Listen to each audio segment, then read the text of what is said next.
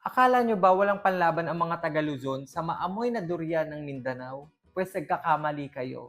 Matapang din ang amoy na kapag meron kayo nito, buong bahay nyo mangangamoy nito. This is mabolo. Kaya siya tinawag na mabolo dahil kung makikita nyo, may maliliit siyang buhok. Na ang sabi ng mga nakatatanda dito sa amin ay makatiraw at maaari ito makabulag pag ito ay napunta sa iyong mga mata. In English, ito ay velvet apple or butterfruit. Ito ay bunga ng puno ng kamagong na ginagawang muebles or furniture dahil maganda at matibay ang kahoy nito. Ito ay native dito sa Pilipinas at ito ay malapit na kamag-anak ng persimmon. Kaya kung makikita nyo, magkahawig sila. Yung iba, nababahuan sa amoy nito dahil sobrang tapang nga. Pero ako, gustong-gusto ko yung amoy nito. Ikinukumpara nila yung amoy nito sa tayo ng pusa or nabubulok na keso.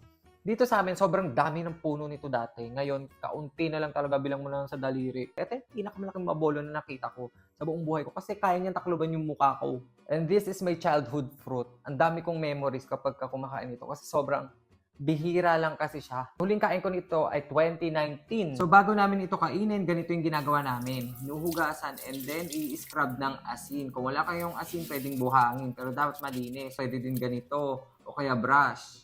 Basta matanggal nyo lang yung mga buhok-buhok. Heto na yung before at yung after. So makikita nyo naman yung difference na nawala yung mga buhok. Usually malalaki yung buto nito. Pero this one, walang buto. Sobrang bango naman. Look! Mukha siyang cheese. Ang creamy ng kulay niya. Velvet apple. Mukhang apple. Masustansya din ito. Ito ay rich sources of various vitamins, minerals, and essential organic compounds, including dietary fiber, protein, potassium, iron, calcium, vitamin A, vitamin C, and the B family vitamins. Ito yung mga health benefits ng mabolo. It reduces hypertension, improves circulation, treat respiratory conditions, boost immunity, aid digestion, at meron din sa skincare.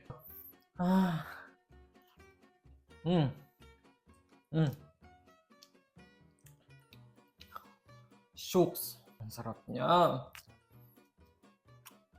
Guys, hindi nakakain yung balat. Perfect lang yung tamis niya. Ito yung nahanap-hanap ko talaga sa mabolo. At ang swerte ko, wala siyang buto. Usually talaga, sobrang laki talaga pag ganyan. Yung texture niya, may pagkasaging na hilaw pa. Pero ang lasa niya, may hawig sa persimmon. Pero ang persimmon kasi makatas.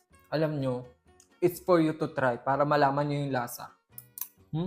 So kayo ba guys, sa katikim na dito? Let me know in the comments. I can eat this all day long.